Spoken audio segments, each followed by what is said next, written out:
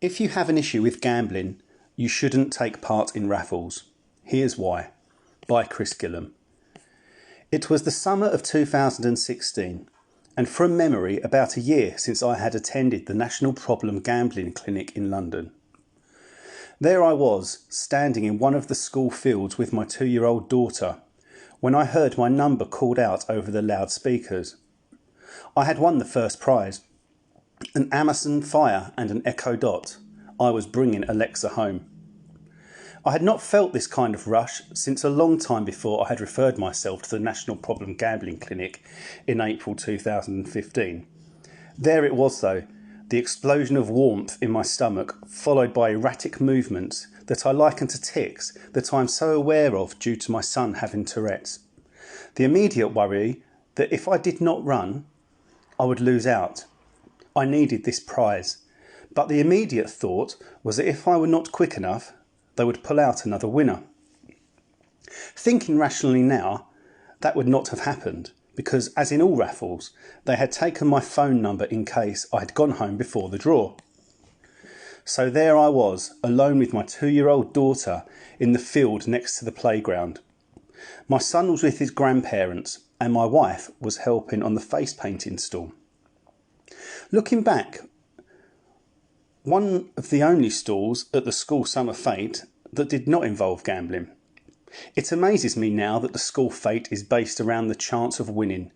Give us £1, and if you guess whether the next 3 cards are higher or lower, whether you pull out the right colour or number ticket, or if you guess the correct outcome, we will give you a prize.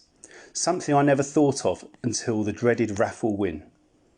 Then I just ran, the tingling in my arms and legs, the sweat on my brow. I had to get my prize. I did not feel in control and just ran. I picked up my winnings, waved to all the parents applauding, and then it hit me. Oh shit.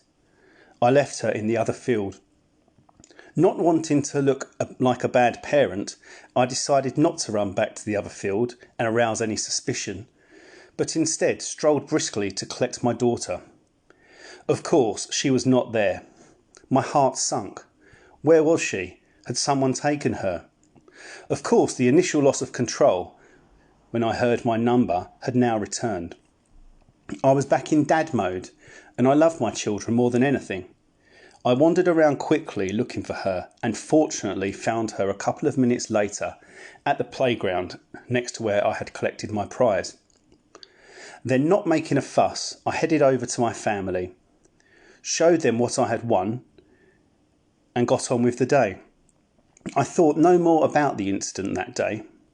It was in the past. I had my prize and my daughter was safe.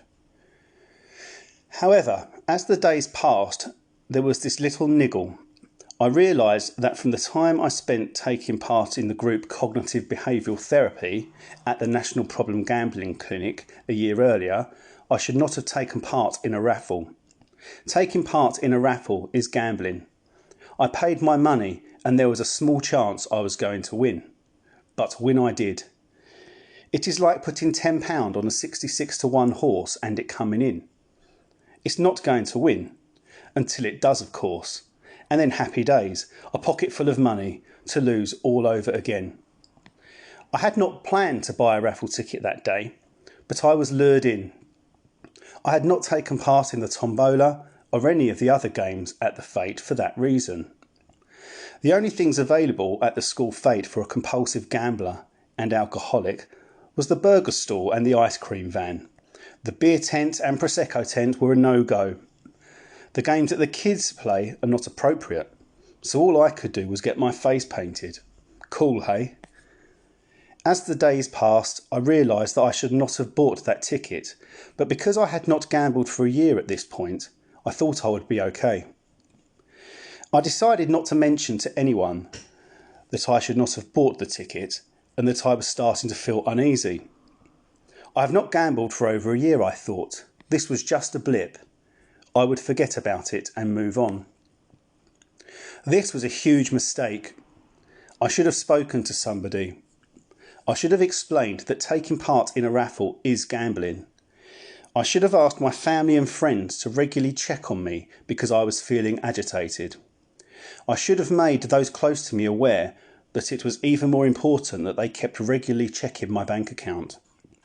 I should have started going to the monthly National Problem Gambling Clinic meeting for those who had been through the cognitive behavioural therapy programme to continue to receive ongoing support. I did none of this. Instead, I pretended to myself and everyone else that everything was okay. In truth, winning that raffle was the start of a terrible year and a half of anxiety, depression, panic attacks, and finally, very nearly death. Please be careful. If you have an issue with gambling, do not take part in raffles or lotteries. It is easy to justify that they are okay, because by buying a ticket we are giving money to a good cause. So they are not really gambling. Let me be clear. Raffles and lotteries are gambling.